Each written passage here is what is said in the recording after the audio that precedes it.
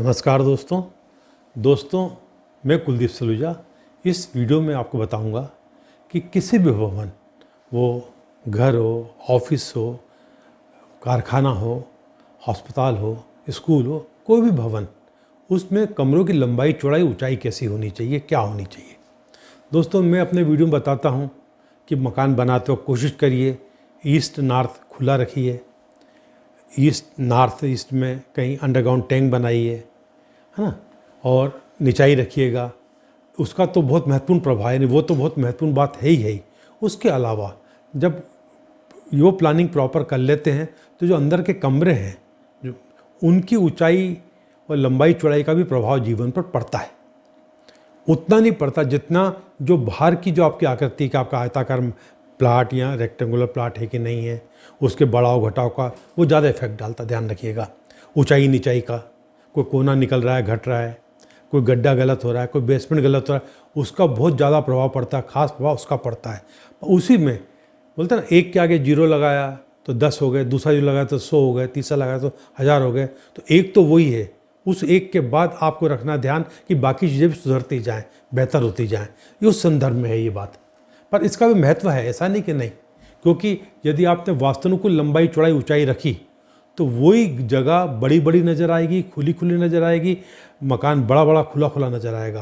यानी कि आपका छोटा प्लाट है कि 1000 स्क्वायर फीट का है तो लगेगा ये थोड़ा बड़ा प्लाट 1,500-2,000 स्क्वायर फीट का है, वो बड़ा बड़ा नज़र आए। खास बात है, वास्तु की पहली पहचान है कि आपका जो वास्तु दोष और आपने उसको ठीक करा, उस जगह को ठीक ठाक करा, वही घर खुला खुला बड़ा बड़ा नज़र आता है। पहली पहचान होती है। रिजल्ट तो आते ही आते हैं, नो डाउट। तो आइए आज अब बात करते हैं लंबाई चौड़ाई की। तो कमरों की लंबाई चौड़ाई का परिणाम क्या होता है।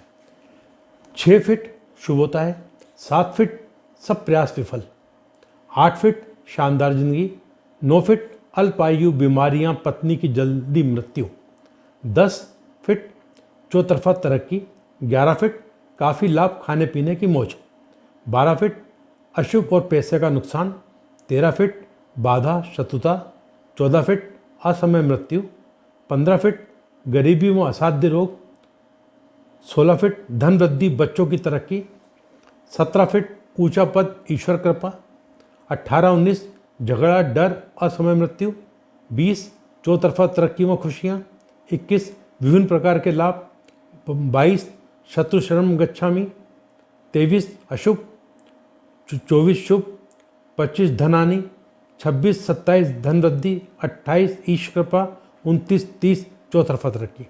इससे बड़े हाल जो होते हैं तो ये शुभ आकार है। ये 31, 32, 33, 35, 36, 37, 39, 41, 42, 45, 52, तो ये बहुत सारे आकार हैं।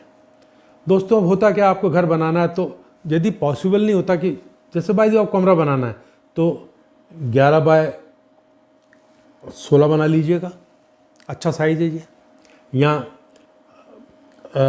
अब जो शुभ चाहिए ना, 11 शुभ है, 10 शुभ है, 16 शुभ है, 17 शुभ है, तो 10 बाय 17, 11 बाय 16, यानी जो शुभ साइज है उनका बना लीजिएगा।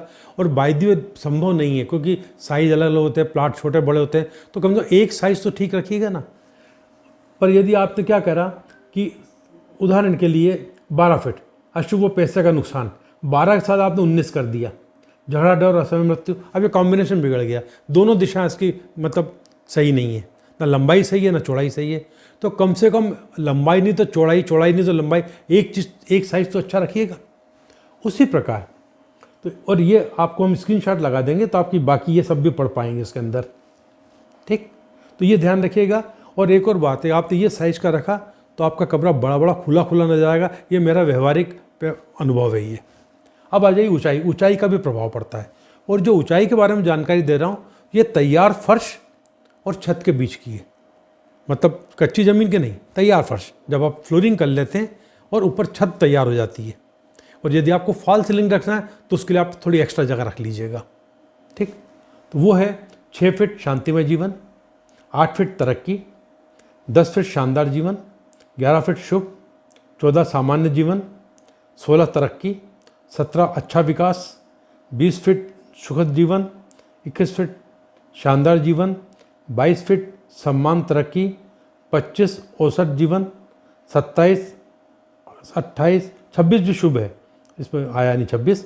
27 से 30 तक धनवान अच्छा लाभ ये है। अब इसके अलावा जैसे बीच में ये जो रह गई तो ये ऊंचाइयाँ अशुभ है। 7 feet, 9 feet, 12 feet, 13 feet, 15 feet, 28 feet, 29 feet. तो आपको ध्यान रखना है 19 फीट। आपको ध्यान रखना है कि आपके घर की ऊंचाई, सामान्यतः घर की ऊंचाई 11 फीट रखना चाहिए, क्योंकि यदि आपने ऊंचाई ठीक रखी तो हवा का सर्कुलेशन अच्छा होता है। एक 2-3 इंच का कम ज़्यादा होना, जैसे 11 की जगह 11.25 लंबाई चौड़ाई ऊंचाई में हो जाए, पर अब 11.25 नहीं होना चाहिए। 11 का 11.25 हो जाए, 11.4 हो जाए, ठीक है ना, या थोड़ा कम हो जाए, 1-2 इंच चलेगा, पर ये ध्यान रखिए कि ज़्यादा अंतर नहीं आना चाहिए। एक, अब आपको डुप्लेक्स बनाना है। उस केस में क्या करेंगे, आप क्या करिए कि हाइट कम है तो 17 फीट रख लीजिएगा, तो एक 8.5 फीट हो गई और बीच में 6 फीट का स्लैब आ गया, एक 8 फीट हो गई। 8 दूनी 16 बीच का स्लैब, तो एक थोड़ी हाइट बढ़ गई, 3 दोनों की तरफ हाइट बढ़ा दीजिएगा, फ्लोर की ऊंचाई बढ़ा दीजिएगा। ऐसे आपको बनाना है तो 21 फीट कर लीजिएगा, तो 10-10 यानी एक फ्लोर 10.5 फीट का कर लीजिए, 6 इंच का स्लैब आ गया, ऊपर का फ्लोर 10 फीट का कर लीजिएगा। तो ये डुप्लेक्स वक्त ये ध्यान रखने का है। बेसमेंट में ये ध्यान रखना आपको। एक, अब प्राचीन ग्रंथों में लिखा हुआ है कि खास बात ये महत्वपूर्ण ये है कि मकान बनाते वक्त ऊपर की मंजिल की हाइट कम रखना चाहिए। ठीक है, व्यवहारिक बात है। मैं भी सलाह देता हूँ कि यदि आपने ग्राउंड फ्लोर 11 फीट रखा है तो फर्स्ट फ्लोर 10 फुट 10 इंच रखिए, उसके बाद सेकंड फ्लोर 10 फीट 8 इंच रखिए, फिर 10 फीट 6 इंच रखिए। इस तरीके से मेंटेन कर लीजिएगा आप। थोड़ी ये शास्त्रों में लिखा है इसलिए बोलता हूँ, पर व्यवहारिकता ये है कि पुराने ज़माने में जो मकान बनते थे ईंट गारे के, मतलब ईंट और गारा पत्थर जोड़ जाड़ के बनाते थे, तो मजबूती करने के लिए नीचे का बेस बड़ा रखा जाता था। आप देखते हो पुराने मंदिर, पुरानी बिल्डिंगें, ऊपर घटते घटते घटते एक पिरामिड शेप हो गया, ऐसा शेप बनाया जाता था, ठीक है ना, एक डोम जैसा आकार, उल्टा डोम जैसा आकार बन जाता था, जो भी है ऐसा शेप बनता है। तो हर मंजिल आप देखिए, बड़ी मंजिलें पुराने जो इमारतें वो इस तरीके से बनी हुई हैं ताकि वो संभली रहें। पर वो पुराने समय की बात इसलिए क्या था कि पुराने समय में नीचे की जो हाइट थी वो ज़्यादा रखी जाती, उसका फिर कम, उससे कम, उसके कम, यानी ऊपर जाकर तो बहुत कम कर देते थे वो, ठीक। पर आज की तारीख में उस वक्त उनकी समस्या थी, क्योंकि मजबूती देने के लिए ज़रूरी था। अब आज मकान बन रहे हैं सीमेंट और स्टील से, भारी मात्रा में सीमेंट और स्टील लगाया जाता है, और 100 मंजिल की मकान बन रहे हैं। अब 2-2 इंच कम करते जाएंगे तो ऊपर तो जीरो हो जाएगा। तो उसमें देखा गया है कि यदि आपने हाइट कम करने की ज़रूरत नहीं है, नीचे ज़रूर हाइट ज़्यादा रख लीजिए, उसके बाद एक हाइट मेंटेन कर लीजिए और उसी हाइट को चलने दीजिएगा, क्योंकि अब वो समस्या न रही। अब तो इतने अच्छे मकान है कि इतने बड़े बड़े टावर जो भूकंप आए तो नहीं हिलते, कई बार तो ऐसा देखा गया है। पर सवाल भूकंप का नहीं, सवाल ये कि आप मजबूत बनते थे कि आप हाइट कम भी नहीं करेंगे तो चलेगा। प्राचीन काल में बोला गया, उसका लॉजिक बता रहा हूँ। बहुत से लोग सोच सकते हैं साहब पहले तो ऐसा बोला गया, तो अब आजकल आप मना क्यों कर रहे हैं?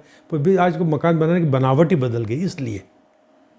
तो ये रहा आपका कमरों की लंबाई, चौड़ाई और ऊंचाई का परिणाम। आप इसको देखिएगा, स्क्रीनशॉट लगा देंगे इसके, तो आप उसको आराम से पढ़ सकेंगे, याद रख सकेंगे। मुझे उम्मीद है कि आपको वीडियो पसंद आई होगी। नमस्कार।